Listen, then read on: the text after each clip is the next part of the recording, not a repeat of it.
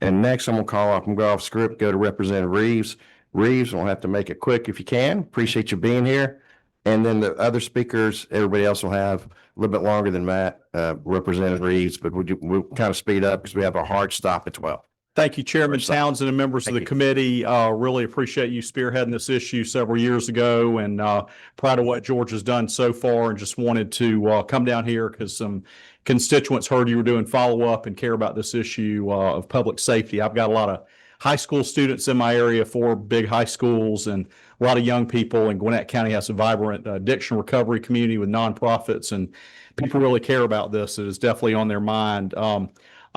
I did some secret shopping, so I'll leave you with liquid, pill, and powder that's still available.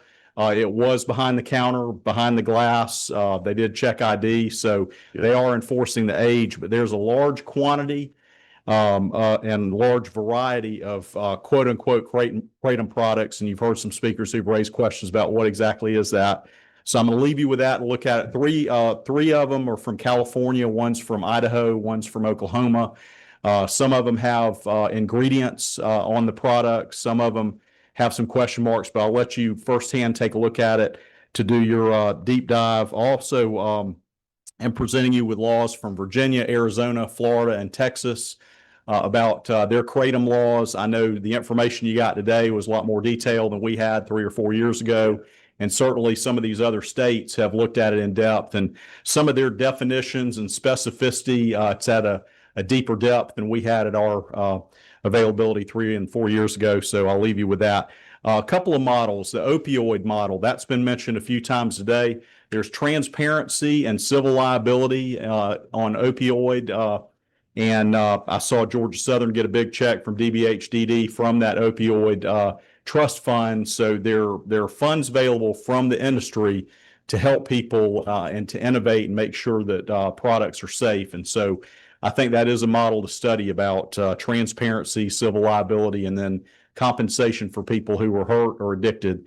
Also, advertising, the ingredients, the type and the quality, and also the Florida model. They have a minimum standard statewide, but Sarasota was allowed to enact a more restrictive set of regulations. And Georgia has 535 cities, 159 counties. So in addition to having our state minimum, have an explicit authorization for the locals to have more restrictive guidelines like we do for a lot of other industries, both on advertising as well as the actual products. Places with a lot of schools, a lot of children, a lot of people with addiction problems or other needs, and also advertising, just the having a big "Get Your Kratom Here" sign where you got school buses passing by and high traffic counts. There are other industries that you have local zoning regulations that can address things like that. So I don't want to take up any time, but I did want to pass on the information. I've gotten a letter to you by email, and I think the staff may have sent it out, and then I'll start it with Chairman Smith, but just we got powder, we've got pills, and we've got the 2 different types of liquid that were available. And they were available in unlimited quantities. So that's the status quo. Thank you. Thanks, Representative.